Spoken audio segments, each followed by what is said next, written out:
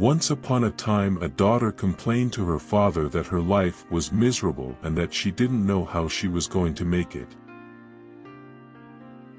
She was tired of fighting and struggling all the time. It seemed just as one problem was solved, another one soon followed. Her father, a chef, took her to the kitchen. He filled 3 pots with water and placed each on a high fire. Once the 3 pots began to boil, he placed potatoes in one pot, eggs in the second pot, and ground coffee beans in the third pot. He then let them sit and boil, without saying a word to his daughter. The daughter moaned and impatiently waited, wondering what he was doing.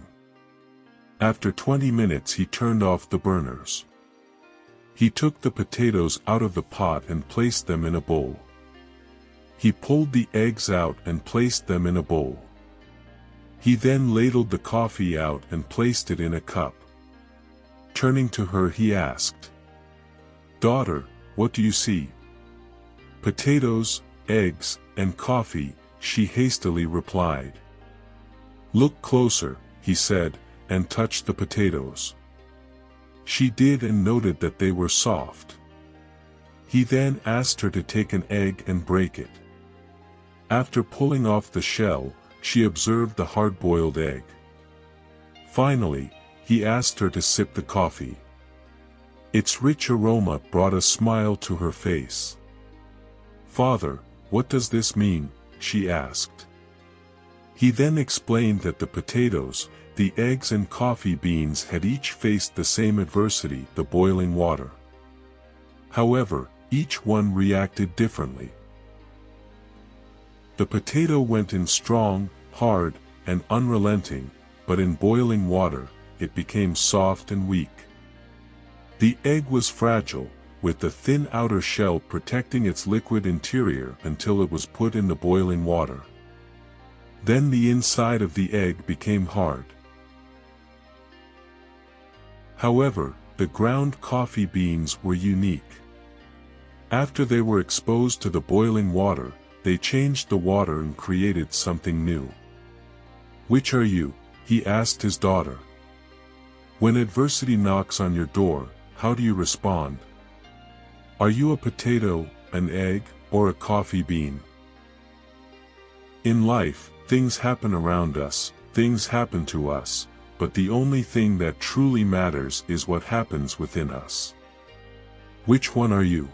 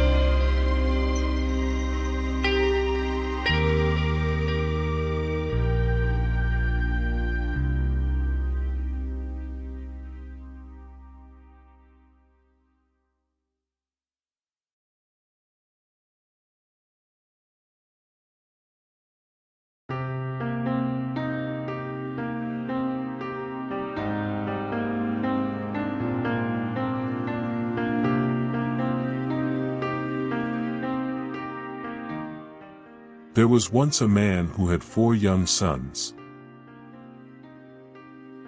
Wanting to teach them about the dangers of judging things too rapidly, he decided to send each of them on a journey, one after the other, to a distant pear tree. Each son went in a different season, the first in winter, the second in spring, and so on. At the end of the year he brought his children together and asked them what they'd seen. The son who traveled in winter described a gnarled, twisted, and barren tree that stood stark and ugly against the land. The son who went in spring disagreed. "No," he said, "the tree seemed full of hope and promise, with green buds along its branches." The third son, who traveled in summer, disagreed once more. The pear tree he'd seen was covered in beautiful blossom that looked and smelled divine. Finally, the last son, who'd made the journey in fall, disagreed again, describing a tree laden with sweet and delicious pears that tasted better than any he'd eaten before. When each son had spoken, the father said they were all correct, because they'd only seen but one season of the pear tree's life. He explained to his sons that it's foolish and impossible to judge something in this manner. The essence of something, whether it's a tree or their fellow man, can only be measured as a whole, at the end of the year, having seen it in its fullness. To make your judgment in winter is to miss the promise of spring, the beauty of summer, and the fruit in fall. Moral of the story: refuse to judge yourself, life, or other people based upon a single mistake or challenging time.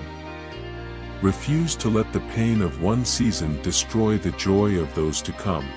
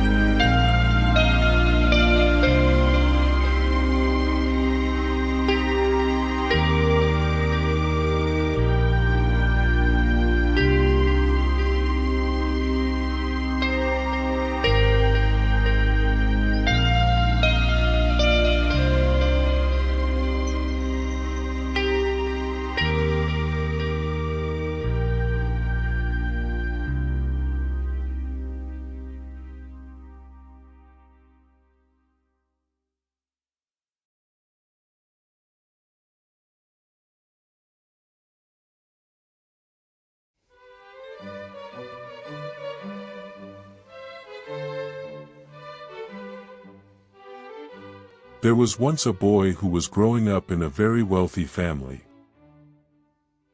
One day, his father decided to take him on a trip to show him how others lived who were less fortunate. His father's goal was to help his son appreciate everything that he has been given in life.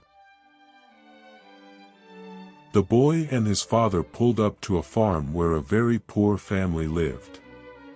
They spent several days on the farm, helping the family work for their food and take care of their land.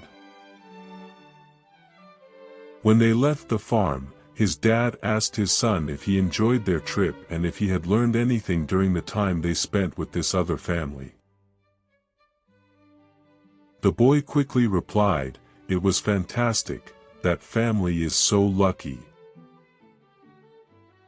Confused, his father asked what he meant by that. The boy said, "Well, we only have one dog, but that family has 4 and they have chickens. We have 4 people in our home, but they have 12. They have so many people to play with. We have a pool in our yard, but they have a river running through their property that is endless. We have lanterns outside so we can see at night, but they have the wide open sky and the beautiful stars to give them wonder and light. We have a patio, but they have the entire horizon to enjoy. They have endless fields to run around in and play. We have to go to the grocery store, but they are able to grow their own food. Our high fence protects our property and our family, but they don't need such a limiting structure, because their friends protect them. The father was speechless. Finally, the boy added, "Thank you for showing me how poor people live, they're so lucky." The moral of the story: true wealth and happiness aren't measured by material belongings. Being around the people you love, enjoying the beautiful, natural environment, and having freedom are much more valuable. A rich life can mean different things to different people. What are your values and priorities? If you have whatever is important to you, you can consider yourself to be wealthy.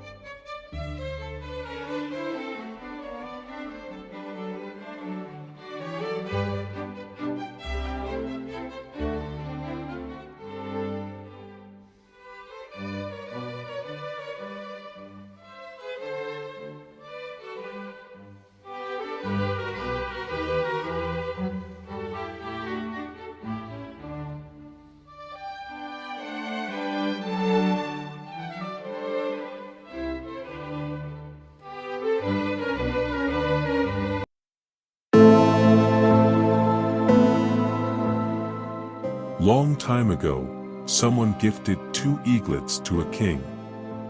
The breed of eaglets was very good and the king had never seen such magnificent eaglets before.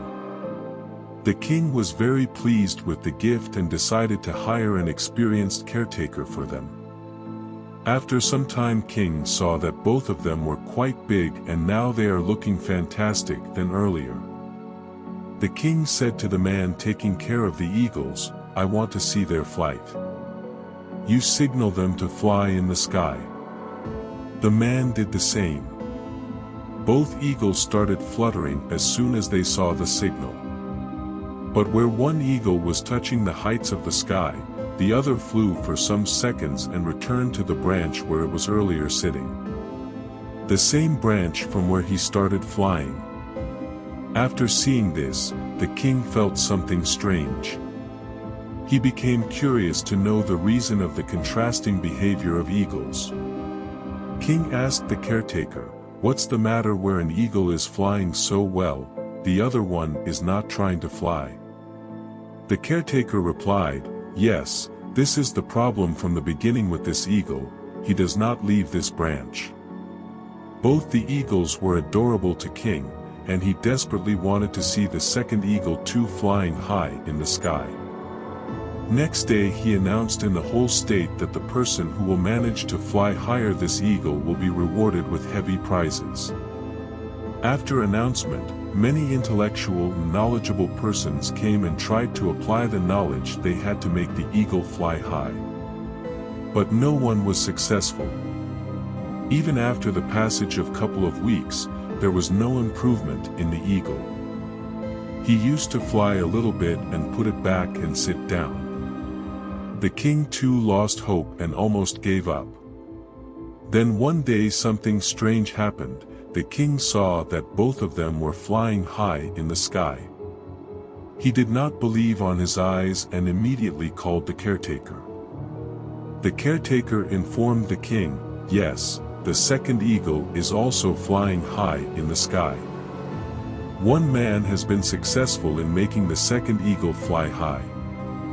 The king asked the caretaker to bring the person who had done this feat next day. He was then brought before the king where the king was eagerly waiting with the promised prize. The king came to know during interactions that the man was a simple farmer. He said, "I simply cut the branch. The branch on which he had a habit of sitting." After offering the gold currencies in his reward, the king said, "I am very pleased with you. just tell me, how did you do this which the great scholars and highly qualified people could not do?" The farmer said, "Your Highness, I am a simple farmer. I don't have knowledge like scholars. I just simply cut down the branch on which the eagle had an habit of sitting.